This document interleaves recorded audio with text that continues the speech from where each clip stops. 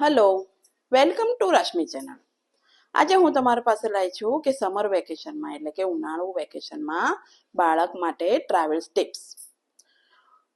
ઉનાળુ વેકેશન છે એટલે ઓબ્વિયસલી બધા બાળકોને લઈને બહાર સમર વેકેશન કરવા જવાના જ છે. તેથી ખાસ બાળકનું આપણે કેર રાખવી ખૂબ જ જરૂરી છે. તો સૌથી પહેલો મુદ્દો આવે છે કે બાળકના કપડાં.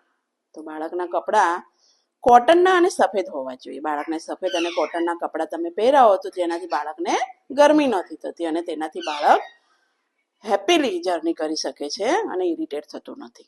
બીજો મુદ્દો છે કે ફૂડ હાઇજેનિક. તો ખાસ બાળકને ખોરાક માટે ખાસ ધ્યાન રાખવું જોઈએ કે બાળકને બને ત્યાં સુધીને ઘરેથી આપણે ફ્રેશ તાજો ખોરાક બનાવીને લઈ જવો જોઈએ.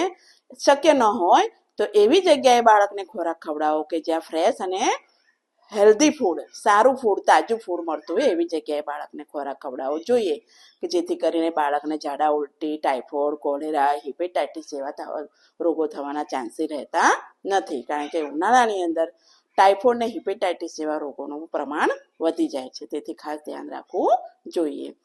ત્રીજો મુદ્દો છે હાઇડ્રેશન. તો બાળકને ઉનાળાની અંદર ખાસ પાણીનું પ્રમાણ વધારે પીવડાવવું જોઈએ કારણ કે પરસેવો થતો હોવાથી પાણીનું પ્રમાણ શરીરમાં ઓછું થઈ જાય છે. તેથી બાળક ડિહાઇડ્રેશનમાં ન જતું રહે તેના માટે ખાસ એને પાણી, છાશ, લીંબુ શરબત, ORS, આવું ફ્રેશ જ્યુસ આ બધું એને ખાસ પીવાનું મળે એ પ્રમાણે આપણે એનું ટ્રાવેલ્સની અંદર એની વ્યવસ્થા કરીને લઈ જવી જરૂરી છે. ચોથો અને ખાસ મુદ્દો કે બાળકનો સૂવાનો સમય અને ખાવાનો સમય એનું ધ્યાનમાં રાખીને આપણે ટ્રાવેલ્સની ટૂર નક્કી કરવી જોઈએ, સમય નક્કી કરવો જોઈએ.